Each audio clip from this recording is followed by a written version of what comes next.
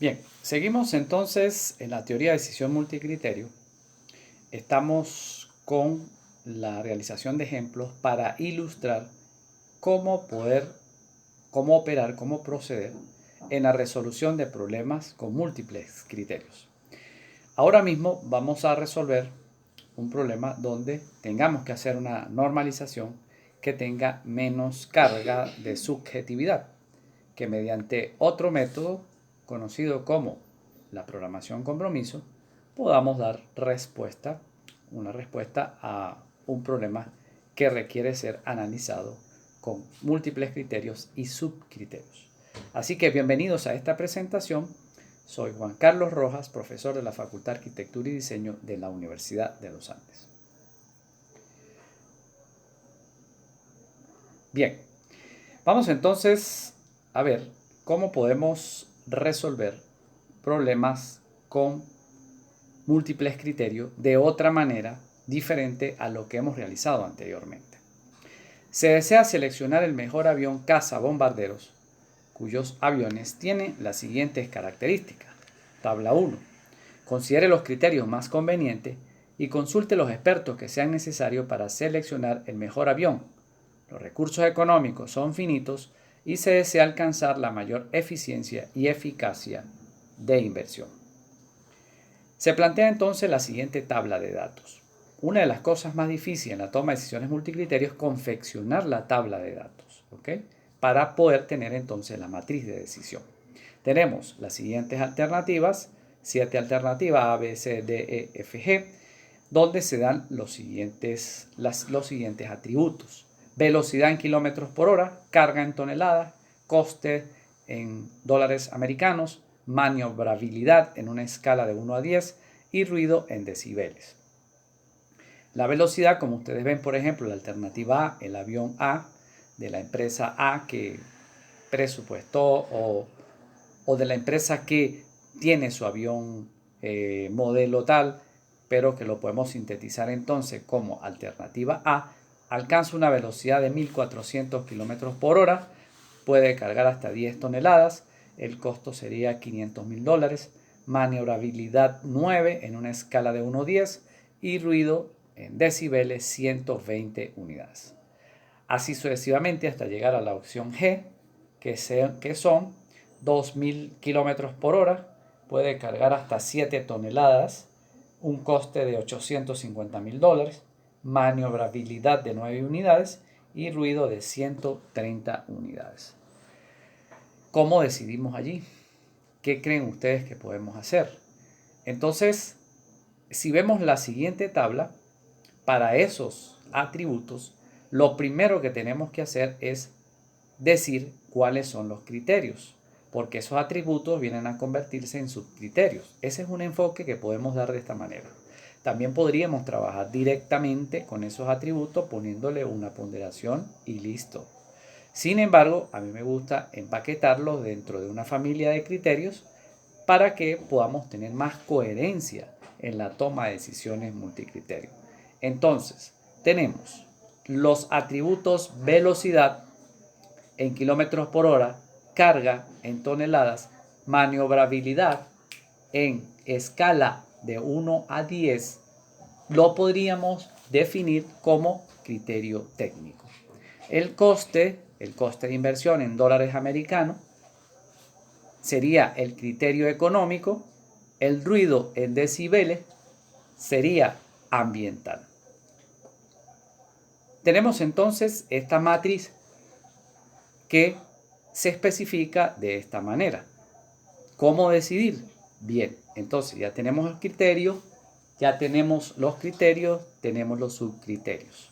Vamos a definir cuáles son los pesos. Para eso se consulta un grupo de expertos y se establece lo siguiente. Criterio técnico 30%, criterio económico 40%, criterio ambiental 30%. ¿Cómo se estableció eso? Pues con un conjunto de expertos que conocen sobre el tema, ellos establecieron los pesos y se sacó el promedio. Los subcriterios se hizo el mismo trabajo, se establecieron entonces los pesos de preferencia, consultando a expertos y se sacó el promedio de esas ponderaciones. Así tenemos el subcriterio velocidad 40%, el subcriterio carga 20%, el subcriterio maniobrabilidad 40%. En cuanto al criterio económico, vean que ahí está por colores para poderlo visualizar mejor, pues sería 100% porque es un solo elemento. Si tuviésemos dos, dividimos ese 100% entre dos dentro de esa categoría del criterio. Y el ruido, que sería un criterio ambiental, de contaminación ambiental, como es uno solo, 100%. Muy bien, entonces ya tenemos claramente definidos los criterios y los subcriterios. Recuerden que el producto del criterio técnico por cada uno de los elementos de los subcriterios técnicos me da el peso global. Lo repito nuevamente porque si todavía hay dudas, pues allí queda mucho más claro. ¿Cómo normalizamos los datos o por qué es importante normalizar? Primero, como tenemos datos de diversos, de unidades diferentes, pues no podemos sumar esas cosas de manera directa, porque son unidades de monetarias, de eficiencia, decibeles, entre otros, entonces tienen unidades diferentes. ¿Cómo se resuelve? Normalizando. Entonces, esa es una de las primeras cosas que debemos hacer. Luego, la normalización entonces es un paso necesario para poder resolver el problema en unidades comunes y coherentes, que en este caso son adimensionales, entre 0 y 1. Veamos entonces la misma tabla y ahora para normalizarlo vamos a definir el mejor valor y el peor valor de esas alternativas para construir una solución ideal, es decir, una solución ecléctica que se construye a partir de lo mejor de todo de lo que hay allí. Entonces eso sería ideal, utópico, ¿verdad? Entonces, veamos. El mejor valor de velocidad es aquella que tiene entonces los 2000 kilómetros por hora. ¿Y cuál sería la peor? La que tenga el valor más bajo de velocidad. Esta sería una función de beneficio, ¿verdad? Me interesa la que tenga el valor más alto, el máximo. Ese es el mejor valor, sería el ideal. En cuanto a la carga, sería aquel avión que tenga la capacidad de cargar más masa, ¿verdad? En este caso, pues sería 12. Si vemos, lo tiene la alternativa C. Entonces, esa sería la solución ideal, el mejor valor.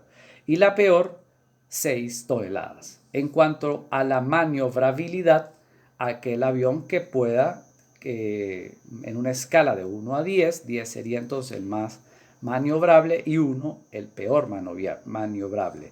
En este sentido, 9 sería el mejor y el peor sería 6.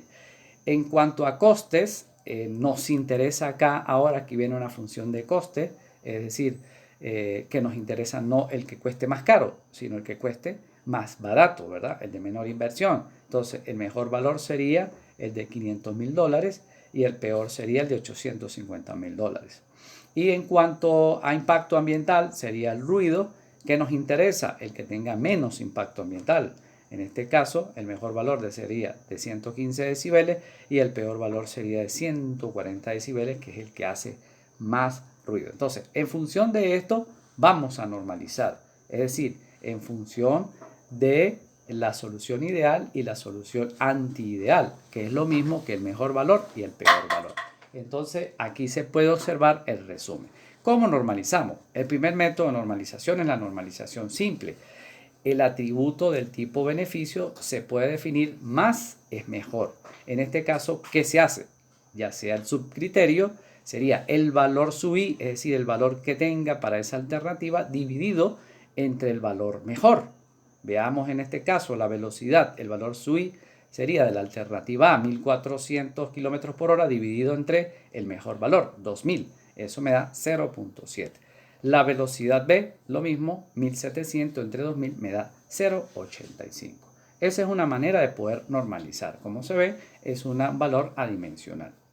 Si vamos ahora al atributo del tipo coste, menos es mejor.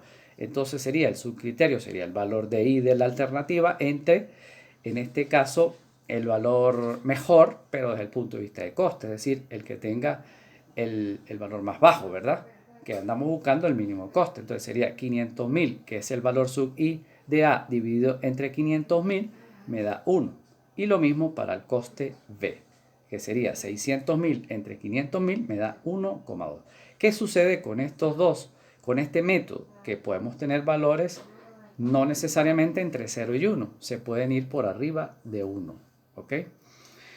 Vamos entonces a ver otro tipo de normalización, la normalización por recorrido. Se define entonces como atributo del tipo coste.